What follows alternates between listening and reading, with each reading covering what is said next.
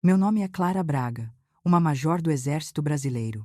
Passei minha vida adulta inteira servindo meu país e os últimos 5 anos servindo a família do meu marido, acreditando que a lealdade um dia seria retribuída, mas em um restaurante com 3 estrelas Michelin no coração do Vale dos Vinhedos, durante uma luxuosa festa de 70 anos para minha sogra que eu paguei, percebi que estava errada. 13 membros da família Vasconcelos estavam lá, levantando taças de Cabernet R. 25000, rindo enquanto apontavam para a longa mesa de banquete, que tinha apenas 12 cadeiras. Meu marido, Pedro, não me defendeu, ele apenas sorriu, ajeitou sua gravata borboleta de seda e disse: "Opa! Deve ter sido um erro de contagem. Sabe, Clara, você realmente se encaixa melhor em uma churrascaria do que em um lugar tão refinado." Eles acharam que eu choraria e fugiria de vergonha. Estavam errados. Não fui embora para me esconder. Saí para ativar o código flecha quebrada, uma destruição financeira total de suas vidas em 30 minutos, antes de eu te contar como foi satisfatório vê-los com os cartões de crédito recusados na frente da elite. Me diga nos comentários de onde você está assistindo. E clique no botão de inscrição se você acredita que a traição deve sempre ser paga com justiça. O ar em Bento Gonçalves sempre cheira igual, uma mistura de lavanda selvagem, terra úmida e dinheiro antigo. Era uma noite fresca no Cantina do Gaúcho. Se você conhece o Vale, sabe que este não é apenas um restaurante. É um templo. A fachada de pedra brilhava sob as luzes âmbar quentes e o cascalho rangia suavemente sob as solas dos meus saltos azul marinho. Parei por um segundo na entrada, alisando a saia do meu vestido. Era uma peça estruturada, modesta, eficiente, elegante, mas não chamativa. Assim como eu, olhei para o meu relógio. 19 pontualmente. Meu relógio interno de logística estava funcionando. Passei os últimos 3 meses organizando esta operação, não uma manobra militar, mas algo muito mais volátil, o aniversário de 70 anos de Dona Teresa Vasconcelos, a sala de jantar privativa, o menu degustação, os arranjos de flores importados da Holanda. Eu tinha coordenado cada detalhe, eu tinha assinado os cheques, eu tinha garantido que a imagem da família Vasconcelos estivesse perfeita. Abri as pesadas portas de carvalho para o pátio privativo. Risadas flutuavam no ar, aquele tipo de riso polido que soa como gelo batendo em cristal. Todo o clã Vasconcelos estava lá, 13 deles. Estavam agrupados ao redor da fogueira externa, banhados no brilho suave do entardecer. Pareciam ter saído de uma página de uma revista de alta sociedade, ternos de linho, echarpes de seda e dentes branqueados a um tom agressivo de porcelana. Dona Teresa estava no centro, comandando. Ela usava um vestido Chanel prateado que custou mais que meu primeiro carro. Na mão, ela girava uma taça de vinho tinto. Reconheci o rótulo imediatamente. Um Screaming Eagle Cabernet. R. 30.000 a garrafa. Eu tinha pedido 3 delas a pedido dela. Caminhei em direção a eles, ombros para trás, queixo erguido. "Feliz aniversário, Dona Teresa", eu disse, minha voz projetando claramente. A conversa morreu instantaneamente. Foi como se alguém tivesse cortado a energia. Dona Teresa se virou lentamente. Seus olhos azuis pálidos e lacrimejantes me escanearam dos meus saltos sensatos ao meu cabelo preso. Ela não sorriu. Ela apenas deu um gole lento naquele vinho caro, deixando o silêncio se estender até se tornar desconfortável. "Obrigada pela logística, Clara", ela disse, enfatizando a palavra logística como se fosse uma palavra suja, algo manual e de colarinho azul. "Você sempre foi boa em organizar a ajuda. Mas esta noite é para a família, a verdadeira família." Meu estômago se contraiu. Olhei para Pedro, meu marido, o homem que jurei proteger. Ele estava ao lado da mãe, bebendo um uísque. Ele não deu um passo à frente para me cumprimentar. Ele não beijou minha bochecha. Ele olhou para seus mocassins italianos, girando o gelo em seu copo. "Vamos nos sentar", Dona Teresa disse despreocupadamente, gesticulando para a longa e lindamente posta mesa sob a treliça. "Vamos." O grupo se moveu em direção à mesa. Eu os segui, mantendo a formação. Aproximei-me da mesa, e meus olhos instintivamente fizeram uma varredura. É um hábito de 20 anos no corpo de logística: contar os ativos, verificar o inventário. 1, 2, 3. Parei no final da mesa. Havia 13 pessoas em nossa festa. Havia 12 cadeiras. Eu pisquei, pensando que talvez a equipe tivesse cometido um erro. O Cantina do Gaúcho não comete erros. Olhei para os cartões de lugar, cada nome estava lá em bela caligrafia. Teresa, Pedro, Vanessa, tio Roberto, prima Clara. Não havia cartão para Clara. O silêncio ao redor da mesa era pesado, expectante. Todos estavam de pé atrás de suas cadeiras, esperando, me observando. Pedro, eu disse, minha voz baixa, está faltando uma cadeira. Pedro olhou para cima. Por uma fração de segundo vi pânico em seus olhos, o olhar de um homem preso entre a cruz e a espada. Mas então ele olhou para Dona Teresa, ela lhe deu um aceno minúsculo, quase imperceptível. A coluna de Pedro se endireitou. Ele soltou uma risada curta e nervosa e ajeitou a gravata borboleta de seda. Opa, ele disse alto o suficiente para os garçons ouvirem. Acho que contamos errado. Erro de matemática simples. Certo, querida. Quer dizer, você é a especialista em logística. Os primos riram. Pedro, eu repeti, olhando para ele. Onde eu vou sentar? Ele sorriu, ganhando confiança da plateia. Bem, honestamente, Clara, olhe para este lugar. Ele gesticulou para as toalhas de mesa brancas imaculadas e as delicadas taças de cristal. É um pouco elevado, você não acha? Sabe, você sempre disse que se sente mais confortável com coisas simples. Você provavelmente ficaria mais feliz pegando um hambúrguer no bar da rua. Você se encaixa melhor em uma churrascaria do que em um Michelin. Pareceu um golpe físico. Um soco no estômago. O calor subiu ao meu rosto. Isso não foi um erro. Isso foi uma emboscada. Olhei para eles. 13 pessoas desfrutando do vinho que eu paguei, de pé na mesa que eu reservei, preparando-se para comer a refeição que eu pedi, e eu era a piada, a intrusa, a funcionária com patente. Eu queria gritar, eu queria virar a mesa e fazer aquele vinho de R30,000 se espatifar no pátio de calcário. Eu queria chorar e perguntar ao meu marido por que ele me odiava tanto. Mas então o treinamento assumiu o controle. Relatório de situação, ambiente hostil, ativos comprometidos, coesão da unidade zero. No exército, quando você cai em uma armadilha, você não entra em pânico. Você avalia e se extrai. Chorar é para civis. A raiva é um desperdício de energia. Respirei fundo, inalando o cheiro de lavanda e traição. Olhei Pedro diretamente nos olhos. Ele não conseguiu sustentar meu olhar. Ele voltou a olhar para a mãe novamente. Entendido, eu disse. Minha voz estava calma, assustadoramente calma. Mensagem recebida. O alvo não faz parte desta unidade. Pedro piscou. Confuso com a falta de lágrimas. Clara, não faça cena. Apenas volte para o hotel. Aproveitem o jantar, Pedro. Feliz aniversário, Dona Teresa. Não esperei por uma resposta. Dei meia volta, um movimento enraizado na minha memória muscular. E me afastei. Mantive minhas costas retas, ouvi o murmúrio de alívio atrás de mim, o som das cadeiras arrastando enquanto eles finalmente se sentavam, pensando que haviam vencido, pensando que a ajuda havia sido dispensada. Saí do restaurante, passando pela anfitriã, que me olhou com preocupação, empurrei as pesadas portas e saí para a noite fresca do vale. O vento mordia meus braços nus. Mas não senti o frio. Senti um fogo queimando em meu peito, uma chama azul fria de clareza absoluta. Peguei minha clutch e tirei meu telefone. Meu polegar pairou sobre a lista de contatos. Eles acharam que tinha acabado. Eles acharam que haviam me humilhado até a submissão. Disquei um número que havia salvo para emergências. O general Patton estava certo. Sussurrei para o estacionamento vazio. Ninguém jamais defendeu algo com sucesso. Só existe ataque e mais ataque. Era hora de passar para a ofensiva. O vento no estacionamento do Cantina do Gaúcho perfurou meu vestido, causando arrepios nos meus braços. Mas o frio que senti não era do ar do vale. Era um frio familiar, uma temperatura fantasmagórica com a qual eu havia vivido por 5 anos. Isso me lembrou a brisa do oceano em Martha's Vineyard. Foi lá que a rachadura na fundação apareceu pela primeira vez, embora eu estivesse cega demais pelo amor, ou talvez apenas pela necessidade desesperada de pertencer para vê-la.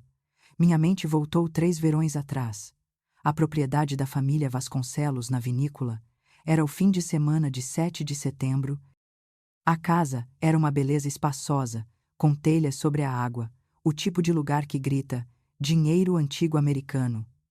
Lembro-me de estar na cozinha, faziam 30 graus Celsius, e o ar-condicionado estava lutando para acompanhar o calor dos fornos industriais. Eu não estava usando um maiô ou segurando um coquetel, eu estava usando um avental manchado com suco de marisco e manteiga. Pedro, Dona Teresa e seu pai haviam passado o dia inteiro no Farmneck Golf Club, networking. Pedro chamara de negócio familiar essencial. Eu havia ficado para trás. Por quê? Porque Dona Teresa havia mencionado casualmente que os fornecedores cancelaram de última hora, e olhou para mim com aqueles olhos lacrimejantes e expectantes. Clara, querida, você é tão boa com operações. Você poderia cuidar do jantar, apenas um simples ensopado de frutos do mar para 30 de nossos amigos mais próximos. 30 pessoas, um simples ensopado. Então, enquanto eles estavam lá fora trabalhando em seus swings e rindo na brisa do Atlântico, eu estava carregando 25 kg de milho, batatas e lagostas vivas do mercado. Eu estava esfregando mariscos até meus nós dos dedos ficarem em carne viva. Eu estava suando pela camisa, gerenciando os tempos de cozimento, montando as longas mesas de cavalete no gramado e garantindo que o vinho estivesse gelado a exatamente 13 graus Celsius. Lembro-me do momento em que eles voltaram para casa, ouvi o Ranger da Range Rover na entrada de Cascalho, enxuguei o suor da minha testa, esperando um obrigada, ou talvez um uau, Clara, você salvou o dia. Pedro entrou na cozinha, cheirando a sal marinho e colônia cara. Ele não olhou para as panelas no fogão, ele não olhou para o meu rosto vermelho e quente, ele olhou diretamente para a geladeira. Deus, estou morrendo de sede, ele disse, pegando uma cerveja. Ele deu um longo gole e se apoiou no balcão, rolando o celular. Jogamos uma rodada terrível, o vento no back nine estava brutal, o ensopado está pronto, mamãe está com fome, ele não perguntou se eu estava cansada, ele não se ofereceu para carregar a panela pesada para fora. Ele simplesmente presumiu que a comida apareceria como mágica, como se eu fosse uma utilidade, como água corrente ou eletricidade. Está pronto, Pedro. Eu disse. Min havostencha. Ótimo, ele disse, saindo pela porta sem olhar para trás. Traga uns T's primeiro, por favor. Naquela noite, enquanto eu servia a comida, servindo vinho em taças vazias, enquanto eles riam de piadas internas que eu não entendia, peguei Dona Teresa me observando. Ela não estava me olhando com gratidão, ela estava me olhando com aprovação, mas não o tipo que você dá a uma nora.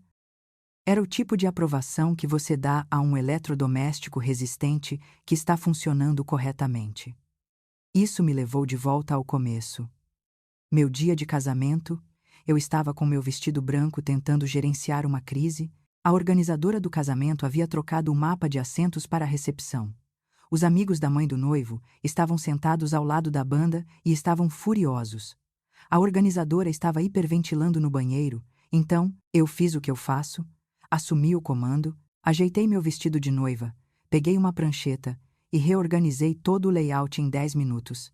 Eu estava direcionando a equipe, movendo mesas e resolvendo problemas. Lembro-me de passar por uma cerca decorativa e ouvir a voz de Dona Teresa. Ela estava conversando com a irmã, pensando que eu estava fora do alcance da voz. Bem, Dona Teresa riu, o som como folhas secas raspando. Pelo menos ela tem suas utilidades. Olhe a mover aquelas mesas. Ela manda nas pessoas como um sargento. É terrivelmente grosseiro, é claro, mas pelo menos nos poupa o custo de uma coordenadora. Ela é basicamente uma ajudante altamente funcional com patente. Ajudante altamente funcional. Eu havia congelado em meus sapatos de noiva. Mas então Pedro apareceu, sorrindo. Aquele sorriso charmoso e juvenil que costumava me fazer tremer as pernas. Ele pegou minha mão e a beijou. Ignore-as, ele sussurrou. Você é incrível, Clara. Você é tão forte. É por isso que eu te amo. Você não precisa que eu te mimar como aquelas outras garotas da alta sociedade. Você pode lidar com qualquer coisa. Você é tão forte. Essa foi a armadilha. Essa foi a frase que trancou a porta da gaiola por 5 anos. Você é tão forte. Foi a desculpa de Pedro para tudo. Ele não precisava me defender quando a mãe zombava do meu sotaque porque eu era forte. Ele não precisava conseguir um emprego estável ou gerenciar suas próprias finanças porque eu era capaz. Ele não precisava ajudar com o trabalho doméstico, ou as contas, ou o trabalho emocional do nosso casamento, porque eu era uma major do Exército Brasileiro. Eu não precisava de proteção. Eu era a protetora, percebi, parada na escuridão do vale, que eu não tinha sido uma esposa. Eu tinha sido uma oficial de logística para o drama da família Vasconcelos. Eu tinha sido uma empregada gratuita. E o pior de tudo, eu tinha sido o banco deles. Pensei nos documentos da hipoteca que coassinei porque a pontuação de crédito de Pedro estava em ruínas. Pensei nos investimentos que financei para suas startups fracassadas. Pensei nos milhares de reais, meu salário suado do exército, que foram para manter a aparência de riqueza deles. Eu lhes dei meu suor, minha dignidade e minhas economias. E em troca, eles me deram uma cadeira faltando na mesa do jantar. Olhei para minhas mãos, elas tremiam levemente. Não de medo, mas de raiva. O tipo de raiva que queima devagar e quente. Sei que não sou a única que sentiu isso. Se você já foi a pessoa forte da família que é usada, não reconhecida e deixada para limpar a bagunça enquanto todos se divertem, por favor, clique no botão curtir e me diga nos comentários qual é a única coisa que você fez pela sua família que passou completamente despercebida. Digite: estou farta. Se você está cansada de ser dada como garantida, as memórias desapareceram enquanto a realidade da noite no vale voltava. O silêncio do estacionamento era ensurdecedor. Você está certo, Pedro, sussurrei para o ar vazio. Eu sou forte. Mas ele havia esquecido o outro lado da força.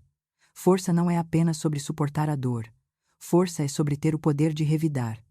Desbloqueei meu telefone. A tela brilhava intensamente na escuridão. Eu não estava apenas checando e-mails, eu estava caçando. Eles me chamaram de logística. Ótimo. Eles estavam prestes a ver o que acontece quando a logística vai para a guerra. Porque antes de partirmos para esta viagem, eu havia instalado uma pequena salvaguarda, um fio de armadilha digital, e eu tinha a sensação de que, enquanto eu cozinhava lagostas e arrumava mapas de assentos todos aqueles anos, Pedro estava ocupado fazendo outra coisa inteiramente. Toquei no ícone para nossas mensagens compartilhadas na nuvem. Era hora de encontrar a arma fumegante. Fiquei no estacionamento escuro do Cantina do Gaúcho, o cascalho rangendo sob meus pés enquanto eu mudava meu peso. O vento frio mordia meus ombros expostos, mas minhas mãos estavam firmes enquanto eu segurava meu telefone.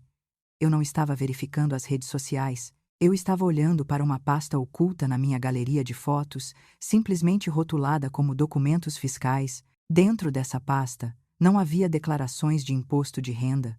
Eram capturas de tela. Era a munição que eu havia reunido exatamente 7 dias atrás. Isso me levou de volta à manhã da última terça-feira em nosso quarto principal na Virgínia, uma terça-feira que começou como qualquer outra, café coando, as notícias da manhã tocando suavemente ao fundo, a ilusão de um casamento feliz ainda intacta.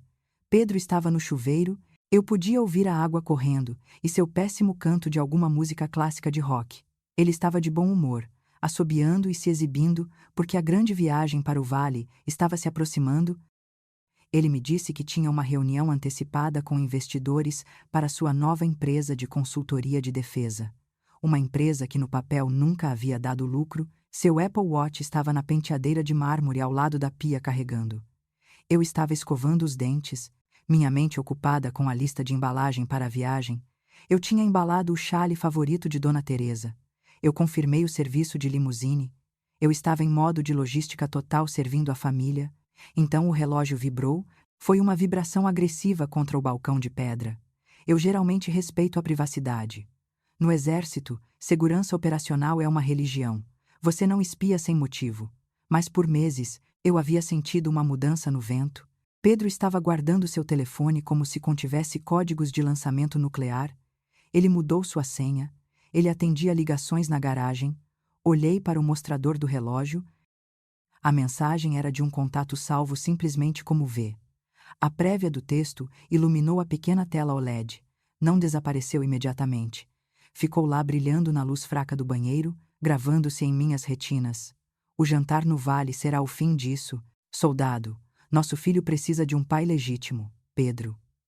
Estou cansada de esperar. Eu congelei. Minha escova de dentes pairava no ar. Soldado, nosso filho, pai legítimo. A água do chuveiro desligou. A porta de vidro rangeu. Querida, Pedro chamou, pegando uma toalha. Você viu meu terno cinza, aquele com as riscas de giz? Meu coração batia contra minhas costelas, como um pássaro preso. Minha visão diminuiu, mas 20 anos de disciplina militar entraram em ação. Eu não gritei. Não joguei o relógio na cabeça dele. Não desmaiei. Está na lavanderia, Pedro. Eu chamei de volta. Minha voz estava firme, estranha. Use o azul marinho. Parece mais profissional. Certo. Boa ideia. Ele gritou de volta, alheio.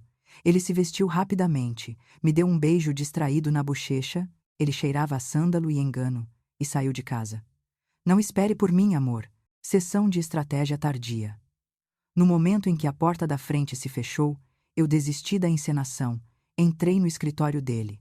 Não precisei da senha dele, não precisei hackear nada. Eu sou a esposa. Eu sou quem cuida das contas, dos impostos, do seguro. Eu sou a oficial de logística. Ele pensou que era esperto ao mudar o código do telefone, mas foi preguiçoso com as coisas que realmente importavam. Abri meu laptop e entrei em nossa conta conjunta do Chase Private Client. Eu esperava ver cobranças de hotéis ou jantares, comportamento padrão de traição. Mas o que vi fez o sangue escorrer do meu rosto.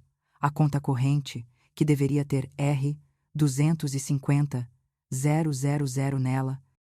Dinheiro que eu havia economizado dos meus B 15,000. Entrei na Fidelity. Este era o santo graal. Nossas contas de aposentadoria, meu 400 e o MK, que eu havia transferido e adicionado ao dele, construindo um fundo para o nosso futuro, tínhamos mais de R 2,000,000. Fiquei olhando para a tela, piscando, pensando que era um erro. Atualizei a página, saldo R 6.225, cliquei no histórico de transações. 2 semanas atrás, houve uma liquidação maciça e um saque antecipado. Minhas mãos tremiam enquanto eu rolava os detalhes. Ele não apenas pegou o dinheiro, ele havia feito isso da maneira mais estúpida possível. Ao sacar o dinheiro antecipadamente, ele havia acionado uma multa de 10% do IRS mais imposto de renda. Ele havia essencialmente ateado fogo a quase R 500,000 apenas para ter acesso imediato ao dinheiro líquido. E para onde foi o dinheiro? Rastreiei a transferência eletrônica. Foi da Fidelity para o Chase, e então, uma única transação de cartão de débito foi compensada há 3 dias. Tiffany & Co. Tysons Corner, Galeria R. Olhei para minha própria mão esquerda. Minha aliança de casamento era um simples anel de ouro com um diamante modesto, algo que compramos quando éramos jovens. Eu a amava porque achava que nos representava. Ele havia drenado todas as nossas economias, meu salário de combate, meus bônus de serviço de risco, o dinheiro pelo qual eu sangrei para comprar um anel para V. Eu não precisava ser uma detetive para saber quem era V. Vanessa Hughes. Eu a tinha visto no clube. Alta, loira, de uma família que possuía metade de Richmond. Ela era uma debutante que nunca trabalhou um dia na vida. E aparentemente ela estava grávida. Nosso filho precisa de um pai legítimo. As peças do quebra-cabeça se encaixaram. Dona Teresa sabia. É por isso que ela estava tão fria ultimamente. Ela queria um herdeiro. Ela queria um neto legítimo de uma mãe de sangue azul. Não um filho de uma militar de carreira que cresceu em um subúrbio de classe média. Eles estavam usando meu dinheiro para pagar o anel. Eles estavam usando meu dinheiro para pagar a viagem ao vale. E naquele jantar, uma vez que a ótica do aniversário fosse garantida, Pedro iria me deixar. Ele iria me descartar no meio da região vinícola, falida e quebrada. Enquanto ele começava sua nova vida com Vanessa e seu herdeiro, recostei-me na cadeira de couro. O silêncio na casa era pesado, sufocante. Eu deveria estar chorando. Uma esposa normal estaria histérica. Uma esposa normal estaria jogando vasos contra a parede. Mas eu não era apenas uma esposa agora. Eu era uma oficial avaliando um campo de batalha.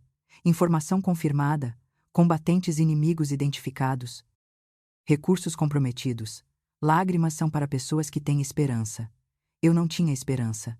Eu tinha algo melhor. Eu tinha o elemento surpresa.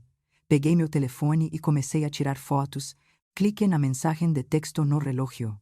Eu a tinha tirado antes que ele saísse do chuveiro. Clique no saldo zero na Fidelity. Clique no recibo da Tiffany. Clique nas mensagens de texto entre Dona Teresa e Pedro, que encontrei em seu iPad discutindo o anúncio e como lidar com Clara. Salvei tudo em uma unidade de nuvem segura. Então enviei cópias para meu e-mail pessoal criptografado. Levantei-me e caminhei até o espelho no corredor. Olhei para mim mesma. Parecia cansada. Parecia uma mulher que havia dado demais. Mas em meus olhos, vi o reflexo de uma soldado que acabara de receber uma nova missão. Você quer uma guerra, Pedro? Sussurrei para a casa vazia. Você quer me tratar como inimiga? Alisei minha camisa. Ótimo, vou te mostrar como é uma campanha de terra arrasada. De volta ao estacionamento de Napa, fechei a pasta no meu telefone. A evidência estava segura, a armadilha estava montada. Dentro do restaurante, eles provavelmente estavam brindando a sua astúcia agora. Eles acharam que eu havia partido. Eles acharam que eu estava chorando em um quarto de hotel. Derrotada, deslizei para meus contatos e encontrei o número de Carlos, o gerente do Cantina do Gaúcho. Havíamos conversado 3 vezes ao telefone coordenando o menu. Havíamos criado laços por nossos registros de serviço. Ele era ex-fuzileiro naval. Eu não ia apenas arruinar o jantar deles, eu ia arruinar suas pontuações de crédito, sua reputação e sua noite. Pressionei o botão de chamada. Flecha quebrada. Eu disse para mim mesma: executar. Nas Forças Armadas. Temos um ditado que separa os novatos dos veteranos. Amadores falam de estratégia, profissionais falam de logística. Napoleão pode ter sabido como mover um exército, mas se seus soldados não tivessem botas ou pão, a guerra estaria perdida antes do primeiro tiro ser disparado. Pedro e sua mãe pensaram que estavam jogando um jogo de estratégia de alto nível. Eles estavam planejando o anúncio, o divórcio, o herdeiro, a nova vida. Mas eles haviam esquecido quem comprou o pão, eles haviam esquecido quem pagou pelas botas. Pelas próximas 48 horas, não dormi. Operei em um estado de clareza fria e hiperfocada. Transformei nosso quarto de hóspedes na Virgínia em meu posto de comando. Meu primeiro movimento foi defensivo. Eu precisava garantir o perímetro. Peguei o telefone e disquei um número que sabia de cor: USAA. Para quem não serviu, a USAA não é apenas um banco. É uma fortaleza. Quando você os liga, você não está falando com um funcionário de call center aleatório, você está falando com pessoas que entendem o que significa servir. Aqui é a Major Clara Braga, eu disse, minha voz baixa. Código de autenticação. Alfa Zulu 9. Bom dia, Major, o representante respondeu. Como podemos ajudá-la hoje? Preciso abrir uma nova conta corrente, individual, propriedade única, e preciso redirecionar meu depósito direto imediatamente. Movi cada centavo que legalmente me pertencia, minhas economias de implantação do Afeganistão, meus cheques de invalidez de uma lesão no joelho durante o treinamento, meu salário atual. Transferi tudo da conta conjunta do Chase para o novo, cofre à prova de balas na UCA. Deixei exatamente o suficiente na conta conjunta para cobrir a conta de luz e a hipoteca por 2 semanas, apenas o suficiente para que os alarmes não disparassem antes de chegarmos à Califórnia. Pedro não notaria. Ele nunca verificava o saldo, a menos que seu cartão de débito fosse recusado. E agora, ele estava muito ocupado fantasiando em gastar seu dinheiro de aposentadoria roubado com Vanessa. Passo 1 concluído. Proteção de ativos. O passo 2 foi ofensivo. Era hora de armar o campo minado. Peguei o itinerário da viagem ao vale. Era uma exibição obscena de riqueza. Limusines, degustações de vinho privadas, tratamentos de spa e a joia da coroa. A estadia de 3 noites no Hotel da Colina, um dos resorts mais exclusivos do vale. Liguei para o concierge do resort. Aqui é Clara Braga, eu disse, projetando o tom caloroso e eficiente de uma esposa elegante. Estou ligando para confirmar as reservas para o grupo Vasconcelos. Claro, senhora. Braga? Temos vocês, na suíte principal chegando na sexta-feira. Excelente. Preciso atualizar as informações de pagamento em arquivo. Este foi o momento crítico. Continue, disse o concierge. Quero manter a reserva em meu nome, expliquei. Serei o ponto de contato principal. No entanto, para a fatura final e quaisquer despesas adicionais, o serviço de quarto, o spa, os vinhos vintage, preciso que você autorize um cartão secundário. Peguei um cartão prateado elegante da minha carteira. Não era meu, era o cartão de crédito corporativo da Vasconcelos Construções. Pedro havia me dado um cartão de usuário autorizado anos atrás para emergências, mas ele havia se esquecido dele. Eu sabia que a empresa estava sangrando dinheiro. Eu sabia que eles estavam alavancados até o limite. Mas o cartão ainda estava ativo, à beira de seu limite. Por favor, mantenha meu Amex pessoal em arquivo apenas para a retenção inicial, eu disse. Mas defina o cartão corporativo como método de pagamento principal para o checkout. Estamos registrando como despesa de negócios. Entendido, Sroa Braga. Está tudo pronto. Desliguei. A armadilha estava armada. Se eu jogasse minhas cartas certas quando a conta vencesse, tudo de R$250,000 não atingiria minha conta pessoal, e se eu cronometrasse perfeitamente, quando eu removesse minha autorização, todo o peso dessa dívida cairia sobre um cartão corporativo que eu sabia que seria recusado. Estava silencioso na casa, o tipo de silêncio que parece pesado, como o ar antes de uma tempestade. Fui para a cozinha fazer café, preto, sem açúcar. Eu precisava do amargor para me manter alerta. Na ilha de granito ao lado da fruteira, estava a velha Bíblia de couro da minha avó. Estava gasta nas bordas, as páginas finas como casca de cebola. Eu não era uma mulher que orava por vingança. Eu não acreditava em vingança. Vingança é bagunça. Eu acreditava em física. Para cada ação, há uma reação. Abri o livro. Ele se abriu naturalmente em Gálatas 6:7. As palavras estavam sublinhadas em tinta vermelha desbotada. Não vos enganeis. De Deus não se zomba, pois tudo o que o homem semear, isso também ceifará. Passei o dedo sobre o versículo. Colher o que se semeia. Não se tratava de eu puni-los. Era sobre eu sair do caminho e deixar as consequências encontrá-los. Eles haviam semeado engano. Eles haviam semeado ganância. Eles estavam prestes a colher uma colheita abundante de humilhação. A porta da frente abriu. Amor, cheguei. A voz de Pedro ecoou pelo corredor. Ele parecia terrivelmente alegre. Ele entrou na cozinha carregando seus tacos de golfe. Um sorriso estampado no rosto que não alcançava os olhos. Ele estava vestindo aquele terno cinza, aquele que eu havia dito que estava na lavanderia apenas para testar a ló. Ele parecia a imagem de um empreiteiro de defesa de sucesso, não um homem que acabara de roubar a aposentadoria da esposa. Ei, ele disse, jogando as chaves no balcão. Ele se aproximou e me beijou na testa. Pareceu uma marca. Você está arrumando as malas. O voo é amanhã. Tomei um gole do meu café, olhando para ele por cima da borda da caneca. Não vacilei. Estou quase terminando, eu disse. Apenas finalizando a logística. Pedro pegou uma maçã da fruteira, jogando-a no ar. Sabe, eu estava pensando que esta viagem vai ser boa para nós. Sei que a mamãe pode ser um pouco difícil, e sei que estive ocupado com o trabalho ultimamente. Ele fez aspas no ar e eu quase ri da audácia. Mas eu realmente quero usar este fim de semana para nos reconectarmos, apenas você e eu. Reacender o romance, certo? Ele exibiu aquele sorriso juvenil, aquele que costumava derreter meu coração, agora parecia um predador mostrando os dentes. Ele estava mentindo tão facilmente. Ele estava planejando me entregar os papéis do divórcio durante a sobremesa. No entanto, aqui ele estava falando sobre romance. Lentamente, abaixei minha caneca, ajeitei o colarinho da camisa dele, minhas mãos roçando em seu pescoço. Pude sentir seu pulso.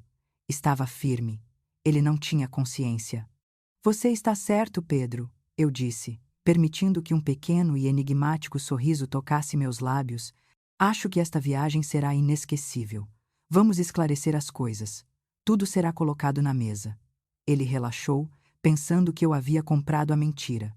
Essa é a minha garota, sempre trabalhando em equipe. Ah, absolutamente, respondi, virando-me para a pia para que ele não visse a luz fria em meus olhos. Prometo a você, Pedro, que depois deste fim de semana, você nunca mais me verá da mesma forma. Ótimo, ele disse, dando uma mordida na maçã. Mal posso esperar. Nem eu, sussurrei para a espuma na pia. Nem eu, olhei para o calendário na parede. 24 horas até a decolagem. O campo de batalha estava preparado. As minas estavam postas. Agora, tudo o que eu tinha que fazer era levá-los para a zona de abate. A viagem de Porto Alegre até o Vale dos Vinhedos geralmente leva cerca de 90 minutos. É suposto ser uma transição cênica, deixando a névoa cinzenta da cidade, atravessando a ponte do Guaíba e entrando nas colinas douradas e ensolaradas da região vinícola. É suposto ser uma jornada de descompressão. Para mim, foi uma viagem de 90 minutos para uma zona hostil. Presa em um tubo de metal pressurizado, estávamos em uma limusine Hummer esticada, a pedido de Dona Teresa, é claro. Ela alegava precisar de espaço para as pernas, mas eu sabia que ela só queria a aparência. Ela queria que todos na rodovia 29 soubessem que os Vasconcelos haviam chegado. Lá dentro, o ar era denso o suficiente para sufocar um cavalo. Cheirava a ar reciclado velho, champanhe caro e uma quantidade esmagadora de Chanel número 5. Havia 8 de nós na cabine principal. Pedro e eu estávamos sentados no banco virado para trás, olhando para Dona Teresa, sua tia Margarida e 2 primos. Isso significava que eu tinha que viajar o tempo todo, fazendo contato visual direto com os arquitetos da minha miséria. Pedro sentou-se ao meu lado. Mas ele poderia muito bem estar na lua. Ele havia puxado o chapéu para baixo e fingiu dormir no momento em que cruzamos a divisa do estado. Era sua manobra defensiva clássica: fingir de morto e deixar a esposa levar a bronca. Eu me sentei com a coluna rígida, mãos cruzadas no colo, praticando respiração tática profunda, 4 segundos inspirando, 4 segundos segurando, 4 segundos expirando. É realmente a única opção, Dona Teresa, disse a tia Margarida, sua voz perfurando o zumbido do motor. Ela girava uma taça de rosé espumante, tomando cuidado para não derramar em suas calças de linho creme. Concordo, Dona Teresa assentiu, olhando pensativamente pela janela para os vinhedos que passavam. O Colégio Santo Inácio é tradição familiar. Pedro estudou lá. O pai dele estudou lá. Isso forma o caráter. Eu enrijeci. Eles estavam falando de internatos, mas o colégio anglo-americano tem aquela nova instalação atlética, Margarida contrapôs, e considerando a origem da mãe, quero dizer. Ela foi uma campeã de equitação em Richmond, não foi? Os genes atléticos serão inegáveis. Um pequeno jogador de polo, talvez. Meu estômago revirou. Eles não estavam falando de um filho de primo, eles não estavam falando de ninguém atualmente no carro. Eles estavam discutindo o futuro educacional do filho, ainda não nascido de Pedro com Vanessa. E eles estavam fazendo isso bem na minha frente. Eles nem baixaram a voz. Eles falavam com a arrogância casual de pessoas que acreditam que a ajuda é muito estúpida para entender as nuances de sua conversa. Eles presumiram que, por eu ser de uma família militar de classe média, eu não pegaria as referências a admissões por herança ou genes equestres. Precisamos garantir que o fundo fiduciário seja estabelecido antes do nascimento, disse Dona Teresa, tomando um gole de vinho. Não podemos ter as finanças confusas? Precisamos de uma linha de sucessão clara, especialmente se houver outras complicações. Os olhos dela se voltaram brevemente para mim, depois para Margarida, um olhar microscópico, mas atingiu seu alvo. Eu era a complicação. Eu era a finança confusa. Olhei para Pedro. Seus olhos estavam bem fechados, mas eu vi um músculo em sua mandíbula contrair. Ele ouviu cada palavra. Ele sabia que eles estavam planejando a vida de seu filho ilegítimo, enquanto sua esposa estava a poucos centímetros de distância, e ele não fez nada. Eu queria gritar. Eu queria quebrar a divisória de vidro e dizer ao motorista para parar. Eu queria dizer a eles que o fundo fiduciário que eles estavam planejando criar estava atualmente em minha conta da USA, não na deles. Mas não o fiz. Mantenha a linha clara. Eu disse a mim mesma. Não se envolva. Deixe-os cavar o buraco mais fundo. Clara, querida. Dona Teresa disse de repente, como se tivesse acabado de se lembrar que eu existia. Você está estranhamente quieta. Não está enjoando? Sei que esses veículos de luxo podem ser um pouco demais para pessoas que não estão acostumadas. Ofereci um sorriso tenso e educado. Estou bem, Dona Teresa, apenas admirando a logística da colheita. Ela sorriu e se virou para Margarida.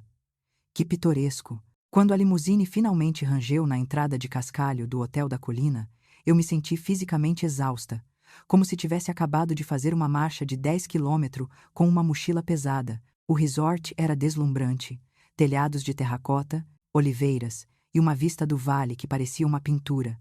Mensageiros correram para abrir as portas. Entramos no lobby, um santuário fresco de pedra e arte. O concierge, um jovem com um sorriso brilhante, nos cumprimentou. Bem-vindos ao Grupo Vasconcelos. Temos a casa principal pronta para a senhora, Dona Teresa. Ele disse a Dona Teresa. 3 quartos, piscina privativa, vista para o vale. Dona Teresa radiou. Perfeito. E o concierge continuou, olhando para a tela. Temos as suítes adicionais para o resto da família. E para. Ele fez uma pausa, olhando para mim e depois para a lista. Para, a Sória, Clara Braga. Sim, eu me adiantei. Sou eu. Temos a senhora no estúdio do jardim, ele disse, seu sorriso vacilando ligeiramente. É no térreo, perto do caminho para o estacionamento. Eu congelei. Eu havia reservado um quarto king com vista para a encosta para mim e Pedro. Eu havia pago o depósito. Deve haver um engano, eu disse, pegando minha bolsa.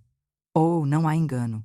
Dona Teresa me interrompeu, sua mão pesadamente apoiada no balcão. Liguei antes e ajustei a lista de quartos ontem. Clara, você sabe como Pedro fica com o ronco? E você sempre disse que dorme melhor quando está completamente escuro e silencioso. Os quartos do jardim são muito aconchegantes, como um bunker. Ela sorriu. Era o sorriso de um tubarão. Além disso, ela baixou a voz para um sussurro teatral. Vanessa chegou há 1 hora. Ela está se sentindo um pouco delicada com a condição. Ela precisava do king da encosta perto da casa principal por motivos médicos. Você entende, não entende? Como mulher, a audácia me tirou o fôlego.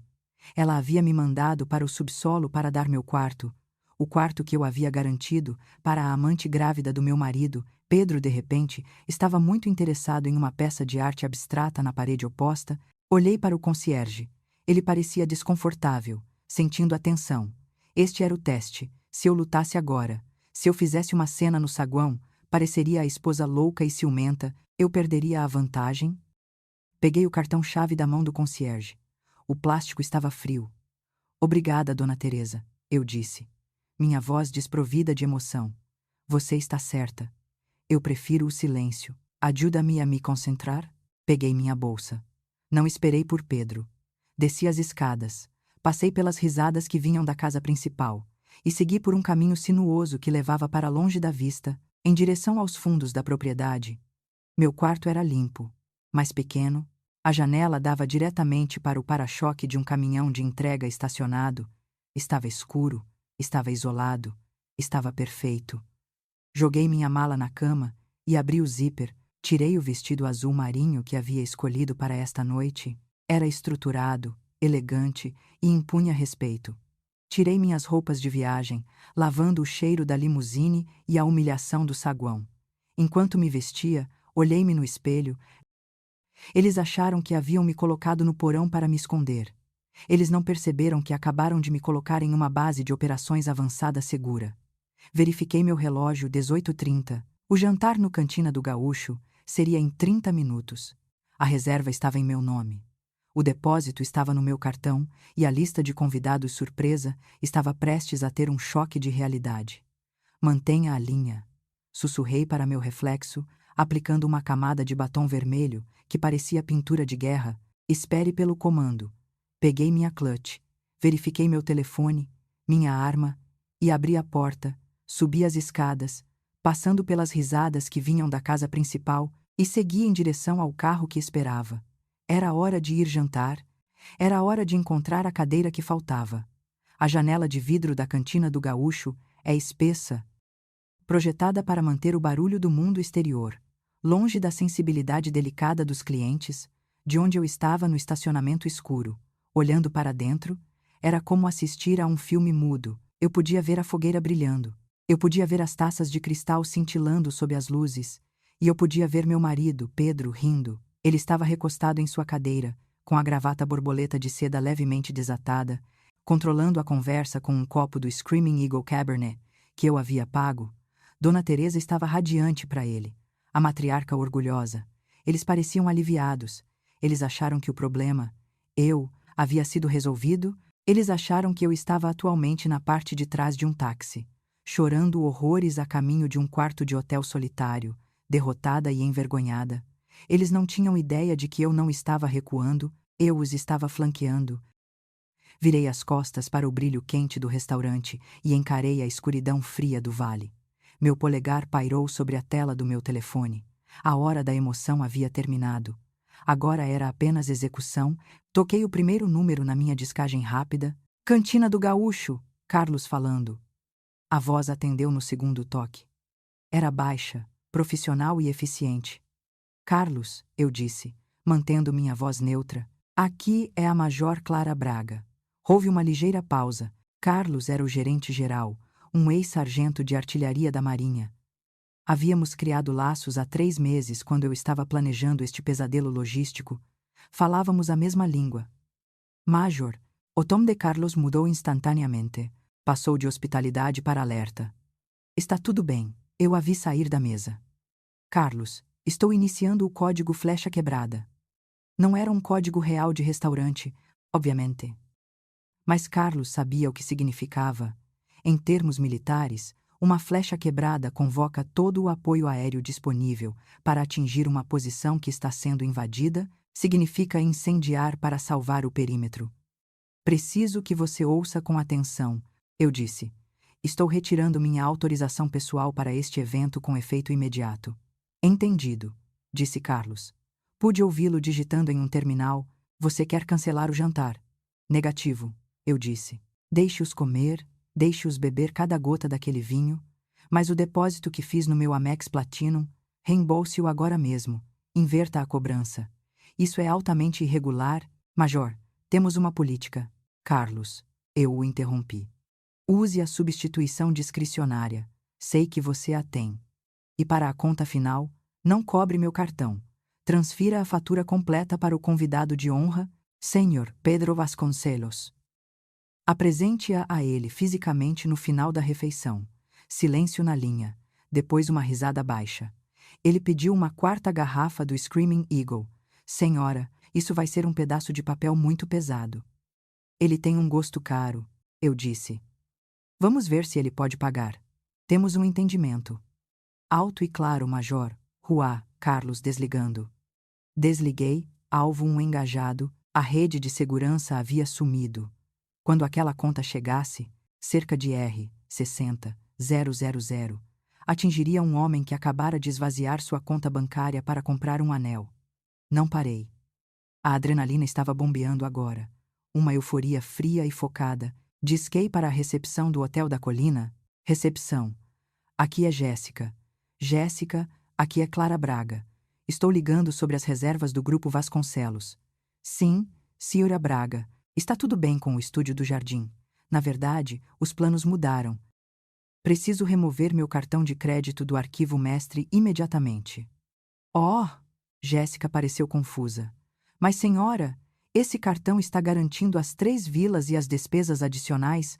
Se o remover, o sistema exigirá um novo método de pagamento no check-out. Eu completei para ela. Exatamente. Deixe a reserva ativa, mas remova a garantia financeira. Se eles pedirem serviço de quarto, tratamentos de spa ou tentarem sair no domingo, precisarão apresentar seus próprios cartões. Eu posso fazer isso. Ela gaguejou. Mas teremos que sinalizar a conta. Sinalize-a, eu disse impiedosamente. Sinalize-a. Vermelho. Encerrei a ligação. Alvo 2 neutralizado. Eles estavam dormindo em quartos que não podiam pagar. Agora, para o transporte, abri o aplicativo para o serviço de limusine particular, vi a reserva de coleta às 22 horas, destino Hotel da Colina, toquei em editar viagem. Em seguida, toquei em cancelar. Um aviso apareceu. Será aplicada uma taxa de cancelamento de R$250. Não me importei. Era um pequeno preço a pagar para imaginar Dona Teresa Vasconcelos, tentando caminhar 3 quilômetros de Salto Lobutim, em uma estrada de terra no meio da noite. Pressionei, confirmar. A reserva desapareceu, alvo 3 encalhado. Agora veio o golpe final, o tiro fatal. Abri meu aplicativo American Express. Fiz login com o Face ID. Meu painel carregou mostrando os limites de crédito disponíveis. Rolei para baixo até os usuários autorizados. Lá estava, Vasconcelos Construções, Pedro Vasconcelos. Este era o cartão que eu havia dito ao hotel para usar como backup. Era o cartão que Pedro carregava em sua carteira para parecer importante. Era o cartão vinculado a um negócio que estava perdendo dinheiro. Eu sabia que aquele cartão era sua tábua de salvação. Se seus cartões pessoais falhassem, o que aconteceria? Eles dependeriam deste. Respirei fundo. Por 5 anos, eu mantive aquele cartão ativo. Eu paguei as multas por atraso. Eu equilibrei os livros. Eu mantive viva a ilusão de seu sucesso. Não mais, sussurrei. Liguei o botão rotulado, congelar cartão. O aplicativo processou por 1 segundo.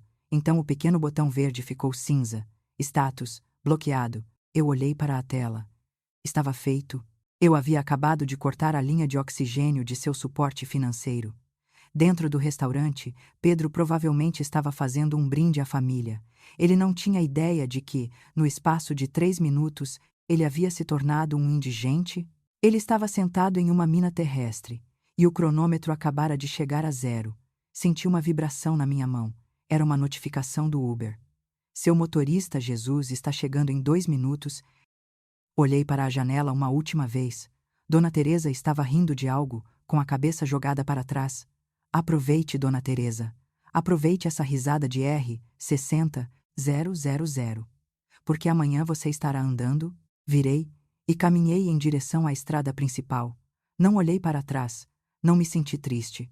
Não senti mais a picada da cadeira que faltava.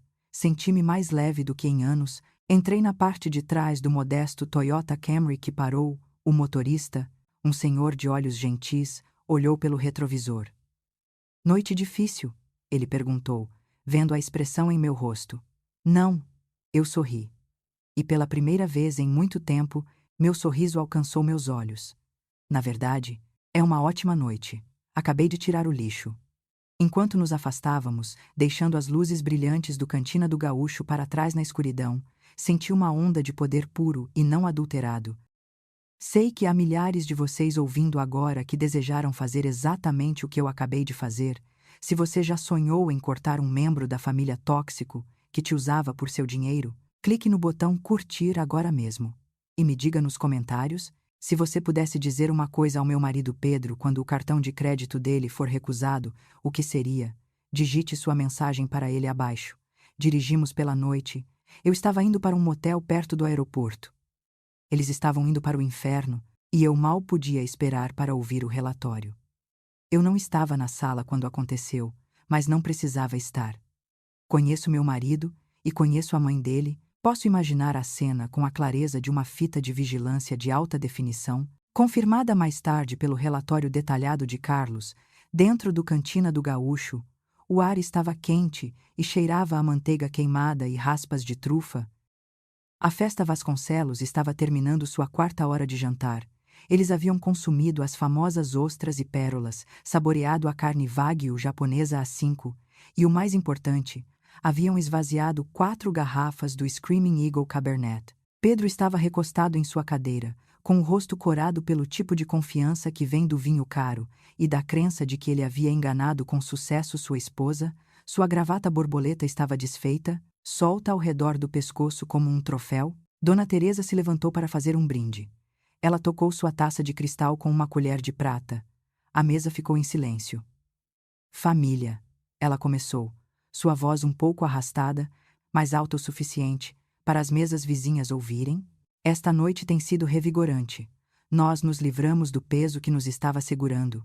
Estamos finalmente nos concentrando no verdadeiro legado do nome Vasconcelos. Ela ergueu o copo alto, o líquido rubi captou a luz.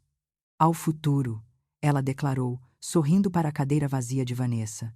Vanessa ainda estava escondida no hotel, alegando enjoo matinal, a um futuro sem barreiras, ao neto que levará nosso nome corretamente.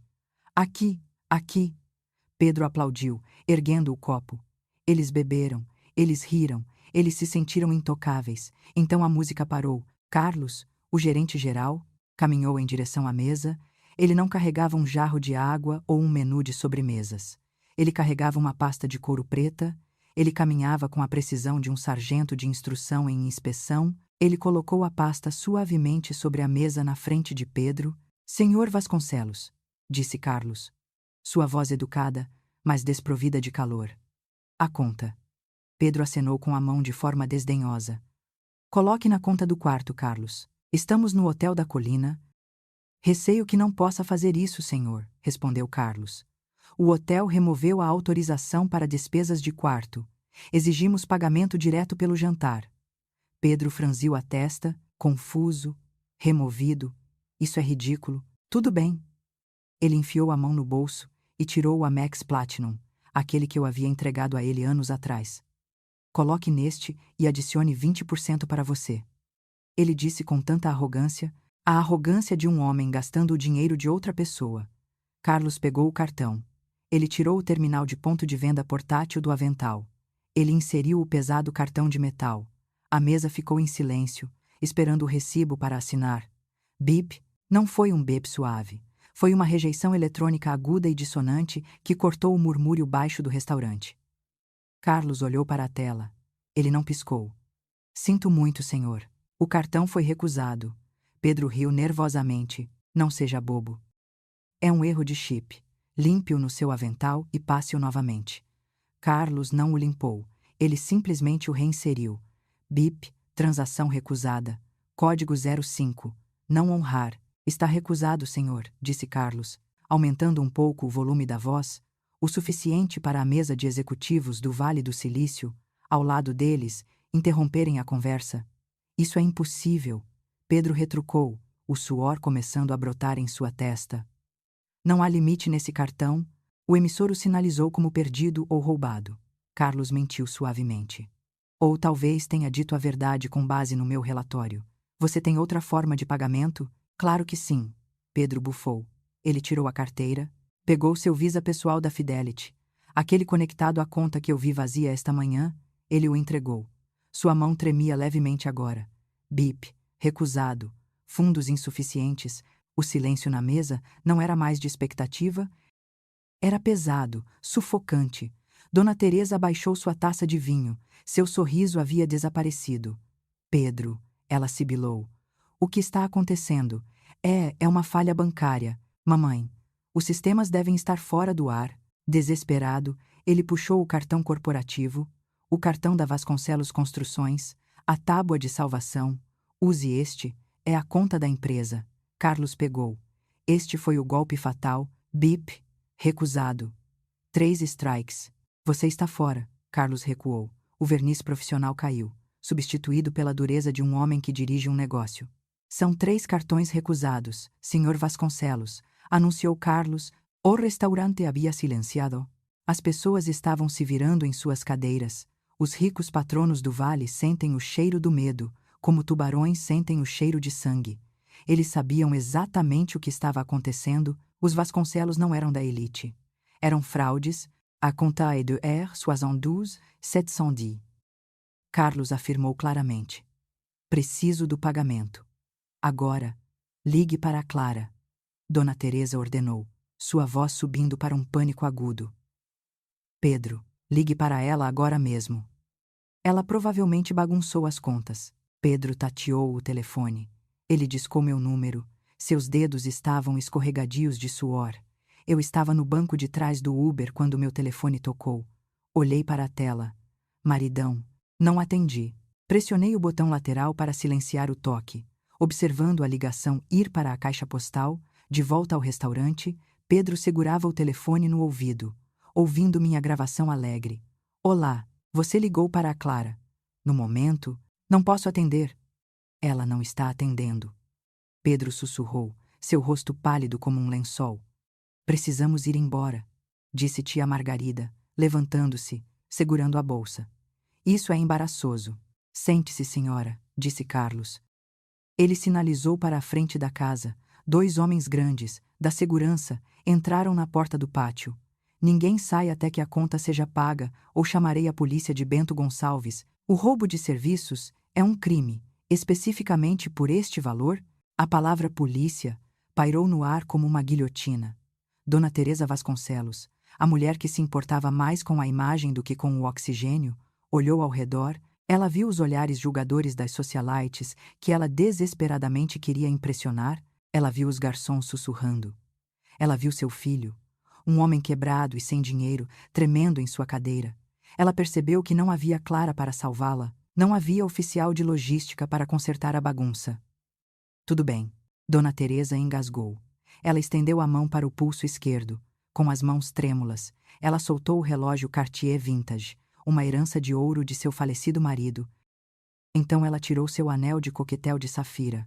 Este relógio é de ouro 18 quilates, ela disse, sua voz tremendo de raiva e humilhação. O anel vale R$ 50.000. Aceitem-no como garantia.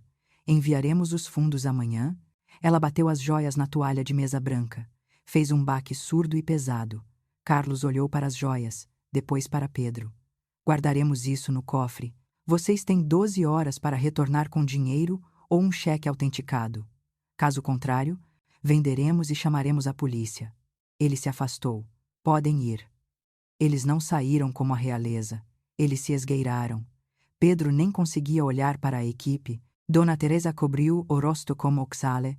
Os 13 membros da verdadeira família saíram do restaurante, passando por mesas de pessoas que estavam abertamente olhando e sussurrando.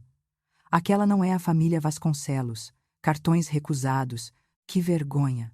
Ouvi dizer que estão falidos.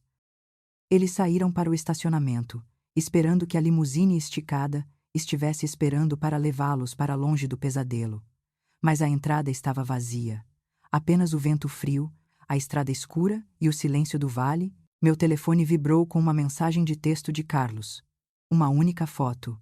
Era uma imagem de um relógio Cartier de ouro sobre uma conta de R$ 70.000. Legenda. Alvo neutralizado.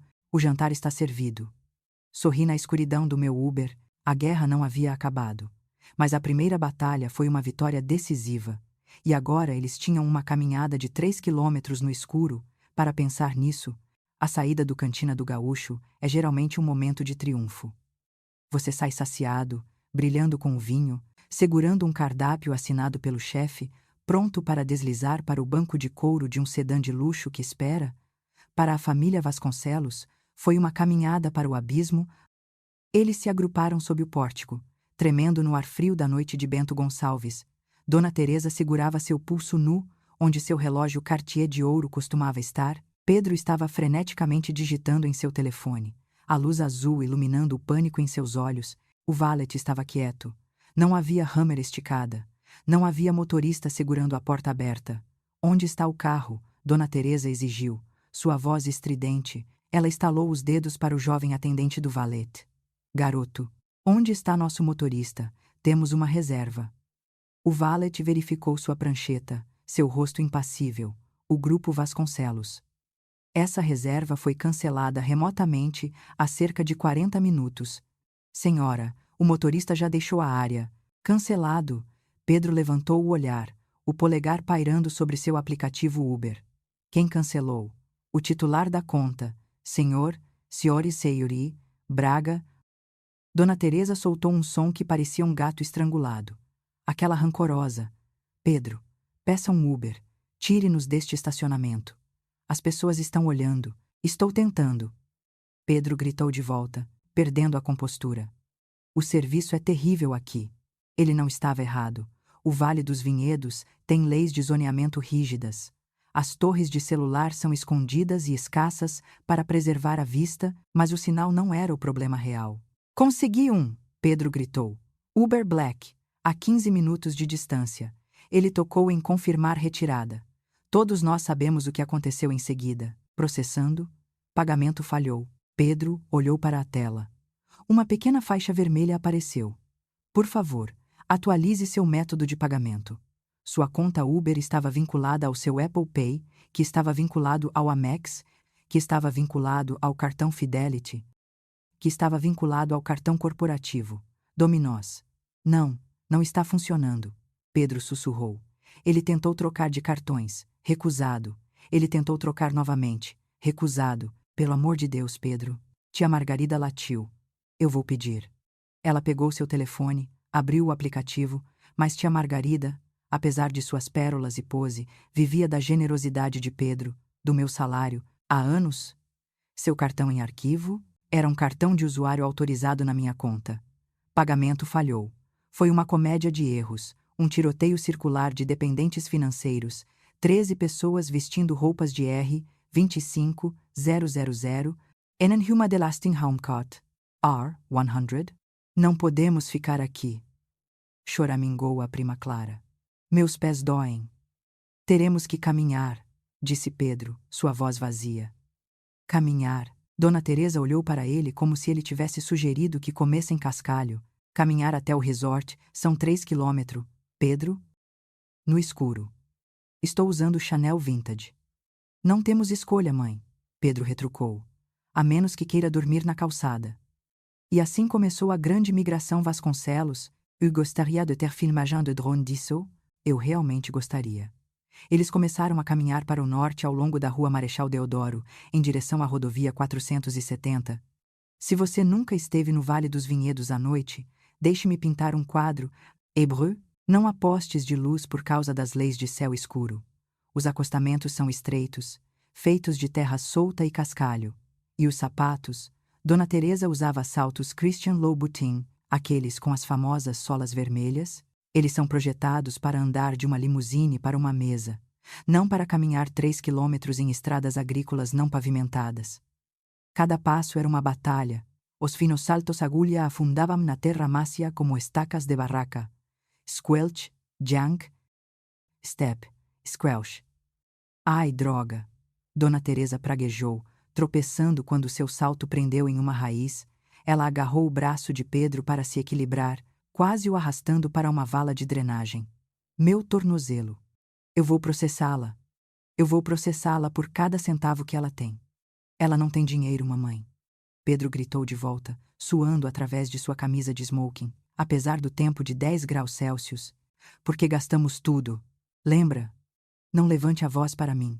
Atrás deles, Vanessa, que aparentemente havia decidido sair sorrateiramente do hotel para encontrá-los no meio do caminho, esperando ser pega na limusine, agora estava parada na beira da estrada, percebendo que nenhum carro estava vindo.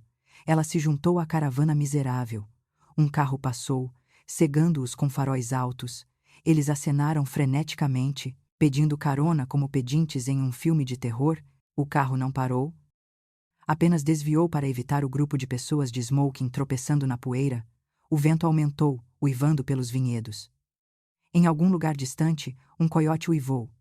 O que foi isso? Tia Margarida gritou, segurando suas pérolas. Existem lobos por aqui.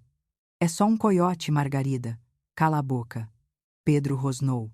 Eles caminharam por 1 hora. A bainha do vestido prateado de Dona Teresa agora estava marrom, incrustada de lama e rebarbas. Seu cabelo, geralmente arrumado em um capacete de perfeição, estava sendo chicoteado em seu rosto. Pedro havia tirado a gravata borboleta e desabotoado o colarinho, parecendo menos um CEO e mais um bêbado saindo de um casamento ruim. Seu telefone vibrou. Ele parou. Ele o segurou como uma relíquia sagrada. 4% de bateria restante. É a Clara? Perguntou Dona Teresa, sem fôlego, apoiando-se em um poste da cerca. Ela voltou. Ela percebeu que foi longe demais. Pedro olhou para a tela. A luz iluminou seu rosto sujo e exausto. É um texto, ele disse. Leia. Dona Teresa ordenou. Diga a ela para vir nos buscar imediatamente, ou eu a tiro do testamento. Pedro deslizou a tela. Ele leu a mensagem silenciosamente primeiro. Seus ombros caíram. O último resquício de luta se esvaiu dele. Leia, Pedro. Ele limpou a garganta. Sua voz falhou. Feliz 70º aniversário. Dona Teresa, ele leu. Eu te dei a única coisa que você nunca teve, uma lição de independência. Aproveite a caminhada. Pedro abaixou o telefone. A tela ficou preta. A bateria acabou. A escuridão total os envolveu. Ela nos deixou, tia Margarida sussurrou, horrorizada. Ela realmente nos deixou. Dona Teresa não gritou. Ela não ficou furiosa. Ela apenas ficou lá, com os tornozelos enfiados na terra do vale, em um vestido arruinado, percebendo que sua oficial de logística, a mulher que ela chamava de ajuda, era a única razão pela qual ela sempre havia viajado com conforto. Meus pés. Dona Teresa choramingou, sua voz pequena e quebrada. Não sinto meus pés. Continue andando, mamãe, disse Pedro, virando-se e começando a mancar pela estrada. Ainda temos 2 quilômetros para andar. Eles seguiram em frente, uma fila de aristocratas derrotados marchando para o vazio. Eu já estava em meu quarto de motel perto do aeroporto, assistindo a reprises de Lei e Ordem e comendo uma barra de chocolate da máquina. Foi a melhor refeição que eu havia comido em anos. Verifiquei a hora. Eles estariam de volta ao resort por volta da 1 hora da manhã. Estariam cansados, sujos e com fome. Eles iriam para a recepção pegar suas chaves, e é aí que eles descobririam sobre os quartos. Tenho que admitir, imaginar minha sogra caminhando pela terra em Lobutins é meu novo lugar feliz. Se você acha que eles tiveram o que mereciam, clique no botão de curtir e me diga nos comentários qual é a fantasia de vingança mesquinha que você guarda para a pessoa que te prejudicou. Não se acanhe, somos todos amigos aqui. Mas a noite não havia acabado. A punição física estava feita. Agora era a hora da legal. Desliguei a TV, tinha mais uma pasta para organizar para amanhã porque quando o sol nascesse, eu não estava apenas deixando Pedro. Eu o estava enterrando. 48 horas após o incidente do vale. O ar em nossa casa na Virgínia estava tenso o suficiente para despertar a atenção. Passei os últimos 2 dias fazendo as malas metodicamente. Minha vida, os livros, os uniformes, os poucos objetos pessoais que realmente importavam, cabiam em 4 caixas de mudança padrão, o resto da casa. A McMansion espaçosa, cheia de móveis caros e a louça de herança de Dona Teresa, parecia um museu de uma vida que eu não reconhecia mais. Era um cenário para uma peça que finalmente havia sido cancelada. Eu estava esperando na sala de jantar, sentei-me à cabeceira da longa mesa de mogno, minhas mãos postas sobre uma única e grossa pasta amarela, ouvi a porta da frente abrir. Ela está aqui. A voz de Pedro ecoou pelo corredor. Ele parecia cansado, rouco.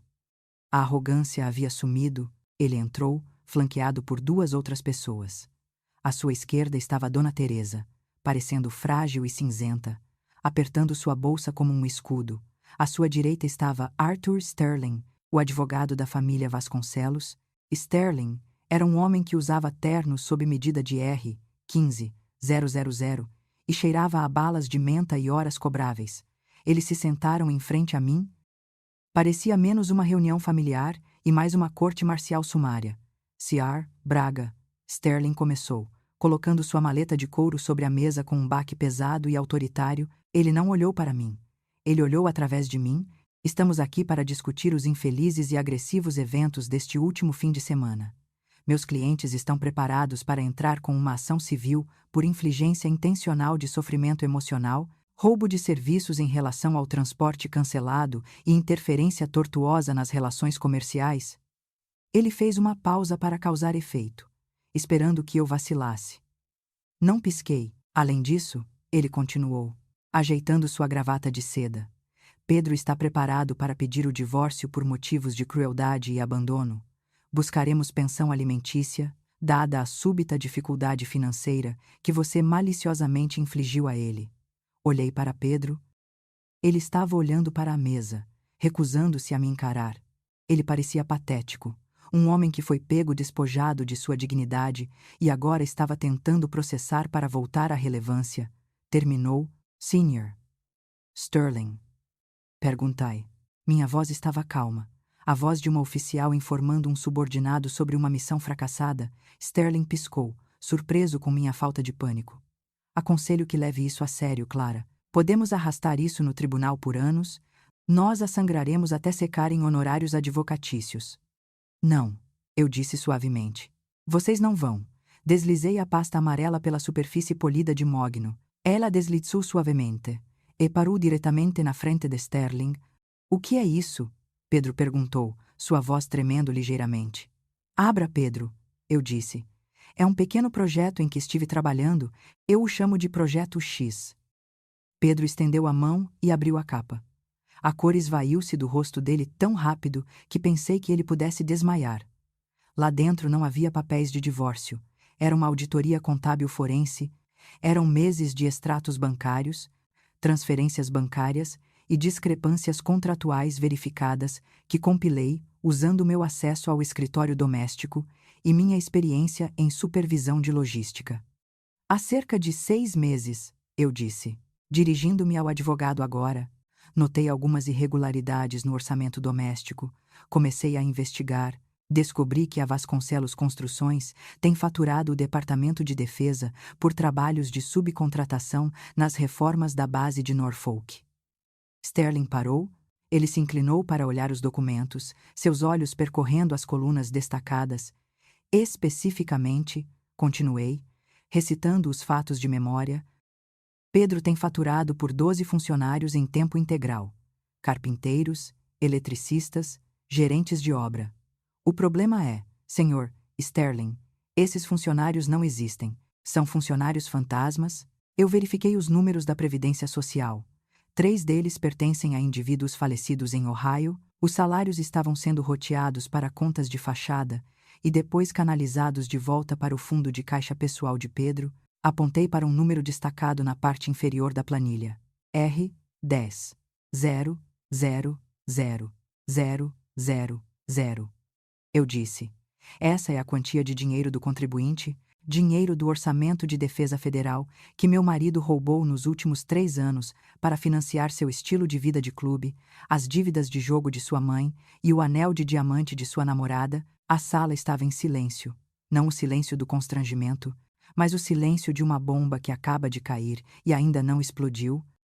Isso é, Sterling gaguejou, sua pose polida rachando. Isso é circunstancial. Você obteve isso sem um mandado. Obtive do computador doméstico compartilhado, eu rebati, minha voz endurecendo, e não é circunstancial. É uma acusação federal esperando para acontecer. É fraude, é peculato, é uma clara violação da lei de falsas alegações, e dado o clima político atual com contratos de defesa, o Departamento de Justiça vai devorá-lo vivo? Estamos falando de 15 a 20 anos de prisão federal. Pedro, no mínimo. Pedro olhou para mim, lágrimas nos olhos. Clara, você não faria isso. Fiz um juramento para defender a Constituição contra todos os inimigos, estrangeiros e domésticos. Eu disse, inclinando-me para a frente. Você roubou dos soldados com quem sirvo. Você roubou do país pelo qual sangrei. Não me diga o que eu faria ou não faria. Tirei um segundo documento de debaixo da pasta. Aqui está o acordo, eu disse. Este é um acordo de divórcio incontestável. Afirma que eu fico com a casa na Virgínia, já que paguei a hipoteca de qualquer forma. Fico com toda a minha pensão, fico com minhas economias. Você fica com os passivos do negócio e não fica com mais nada. Sem pensão alimentícia, sem sustento, você sai com suas roupas e suas dívidas. Coloquei uma caneta em cima do papel. Opção A. Você assina isso agora. Você vai embora. Eu mantenho o arquivo do Projeto X no meu cofre pessoal. Enquanto você me deixar em paz, ele fica lá. Opção B. Olhei para o meu relógio. Eu levo esta pasta para o escritório de campo do DCIS em Quantico. São 40 minutos de carro. Posso estar lá na hora do almoço. Dona Teresa soltou um soluço. Era um som áspero e feio. Ela não estava chorando pela liberdade de Pedro. Ela estava chorando pelo nome, Vasconcelos. Assine. Dona Teresa sussurrou, a voz tremendo. Pedro, assine o papel. Mamãe. Pedro olhou para ela traído. Se isso vazar. Dona Teresa sibilou, apertando o peito. Estamos arruinados. O escândalo, a vergonha, assine. Mesmo no final, era sobre aparências. Ela preferiria ter um filho divorciado e sem bens do que um filho na prisão estampando as manchetes. Pedro olhou para o advogado. Sterling fechou a pasta do Projeto X e a afastou, sinalizando sua derrota. Senhor Vasconcelos, se esta evidência é autêntica, não posso defendê-lo contra isso. Se isso for para os federais, acabou. Você deve assinar. Pedro pegou a caneta, sua mão tremia tão violentamente que ele mal conseguia segurá-la. Ele olhou para mim uma última vez, procurando a mulher que costumava cozinhar suas refeições e passar suas camisas. Eu te amava, Clara, ele sussurrou. Não, Pedro. Eu disse. Levantando-me. Você amava a cobertura que eu fornecia, mas a operação acabou. Ele assinou. O arranhão da caneta no papel soou como um grande final. Peguei os papéis de divórcio assinados, peguei a pasta do Projeto X. As caixas no corredor são minhas, eu disse ao advogado. Meus transportadores estarão aqui em 1 hora. Até hoje à noite esta casa me pertence legalmente. Mas vou colocar ela no mercado amanhã. Espero suas chaves no balcão. Caminhei até a porta da frente, os saltos das minhas botas clicando no chão de madeira. Não olhei para trás, para os 3 sentados naquela mesa cara. A mãe que valorizava a imagem mais do que o amor, o marido que valorizava a ganância mais do que a lealdade e o advogado que percebeu que havia sido superado. Abri a porta e saí para o sol da Virgínia. Estava claro, estava quente. Respirei fundo, enchendo meus pulmões com um ar que finalmente parecia limpo. Peguei meu telefone. Havia uma mensagem de texto esperando. Era de Carlos da Cantina do Gaúcho. Mensagem: cartão finalmente liberado pelas joias da mãe dele. Você é uma lenda, Major. Sorri. A guerra havia acabado. Eu tinha vencido. Mas mais importante, eu não apenas os havia derrotado. Eu havia me recuperado. Agora, restava apenas uma coisa a fazer: começar a viver. 1 ano depois, o vento no convés de voo do USS Gerald R. Ford atinge você de forma diferente do vento em um vinhedo. Não cheira a uvas esmagadas e terra úmida, cheira a combustível de avião, spray de sal e poder bruto e não adulterado. Ele grita pelo Atlântico, carregando a força de 1000 milhas de oceano aberto. Eu estava perto da borda da superestrutura, olhando para o horizonte cinzento. O sol da manhã estava começando a romper a cobertura de nuvens, pintando o convés de aço em estrias douradas. Respirei fundo. O ar cheirava a limpo. Bom dia, coronel. Uma voz gritou sobre o rugido de um teste de motor pré-voo. Virei-me. Era o capitão Miller, um jovem oficial de logística que eu estava orientando nos últimos 6 meses. Ele segurava 2 xícaras de café em um porta-copos de papelão, lutando para mantê-las firmes contra o vento. Bom dia, capitão, respondi. O título ainda soava novo na minha língua, mas parecia certo. Coronel, tenente-coronel, para ser mais precisa. Olhei para a minha gola. A folha de carvalho dourada de um major havia sumido. Em seu lugar estava a folha de carvalho prateada.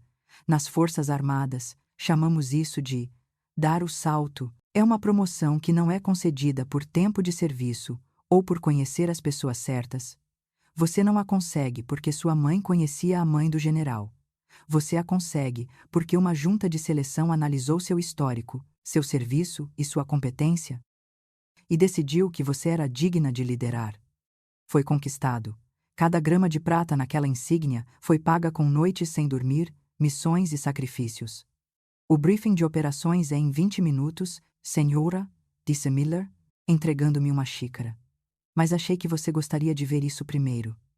É o Wall Street Journal, a seção de negócios. Ele tirou um jornal dobrado de debaixo do braço. Ele sabia. Todos na minha unidade sabiam. A investigação havia sido silenciosa, mas as consequências foram públicas. Peguei o jornal. O vento tentou arrancá-lo das minhas mãos, mas eu o segurei firmemente. Lá, na metade inferior da página Boom, estava a manchete: Caldwell Construction pede recuperação judicial em meio à investigação federal de fraude. Dei um gole no café. Era café amargo e morno da Marinha. Tinha um sabor melhor do que qualquer Cabernet Vintage que eu já havia bebido. Escaneei o artigo. Era uma autópsia de um legado. A auditoria forense, meu projeto X, havia desencadeado uma cascata de falhas, uma vez que os contratos governamentais foram congelados, o castelo de cartas desmoronou. O artigo detalhava o leilão da propriedade da Virgínia para pagar credores, mencionava a apreensão de veículos e bens de luxo, mas a verdadeira história estava na barra lateral, a coluna de pessoas nas notícias. Pedro Vasconcelos, ex-CEO, chegou a um acordo com o Departamento de Justiça, concordando com um acordo de confissão que inclui restituição e liberdade condicional. Fontes dizem que ele atualmente reside em um apartamento alugado em Richmond, e o prego final no caixão. A socialite Vanessa Hughes, anteriormente ligada a Vasconcelos, teria se mudado de volta para Charleston. Fontes próximas a Hughes afirmam que o noivado terminou devido a diferenças financeiras irreconciliáveis. Eu quase ri. Diferenças financeiras irreconciliáveis. Esse era o código da alta sociedade para... O dinheiro acabou. Então a amante fugiu. Não havia fundo fiduciário para o herdeiro, então não havia motivo para ficar. Olhei para a foto que acompanhava o artigo. Era uma foto antiga de Pedro e Dona Teresa em algum gala de caridade anos atrás. Eles pareciam tão presunçosos, tão intocáveis. Agora, Dona Teresa vivia em uma instituição de longa permanência de 2/4 paga pelo Estado. Suas joias vendidas, sua reputação em frangalhos. Dobrei o papel e o entreguei de volta a Miller. Notícias velhas, capitão. Eu disse. Recicle-as. Miller sorriu. Sim, senhora. Ele se afastou para se preparar para o briefing, deixando-me sozinha com o oceano novamente. Pensei que sentiria uma onda de triunfo neste momento. Pensei que gostaria de cerrar o punho e gritar. Eu te avisei para as ondas. Mas não. O que senti foi indiferença. Por 5 anos, eu havia buscado a aprovação deles. Tentei comprar um lugar na mesa deles com meu trabalho e minha dignidade. Eu acreditei na mentira deles, de que dinheiro antigo era superior a dinheiro novo, que ser um Vasconcelos era melhor do que ser uma Braga. Olhei ao redor do convés de voo. Centenas de marinheiros se moviam em um balé coreografado de trabalho perigoso. Eles usavam camisas amarelas, verdes, roxas e vermelhas. Eles vieram de fazendas do Arkansas, apartamentos do Bronx e subúrbios da Califórnia. Nenhum deles se importava com quem era seu avô. Eles só se importavam se você fazia seu trabalho. Esta era a verdadeira aristocracia. A aristocracia do mérito. Pedro me chamou de ajuda. Ele estava certo.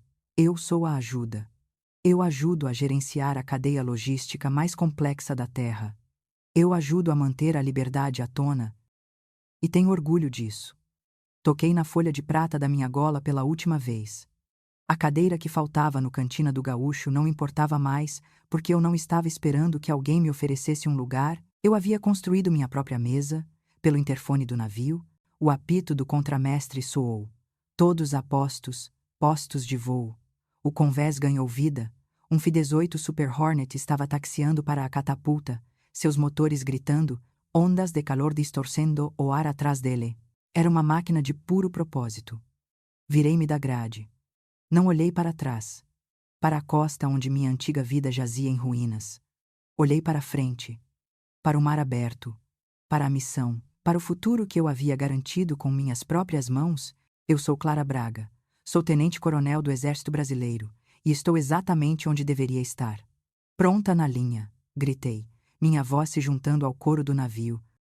Caminhei em direção à ilha, as solas das minhas botas batendo no aço com um baque sólido e rítmico. Eu estava pronta para trabalhar. Olhando para trás em minha jornada, há uma poderosa verdade que quero compartilhar com vocês.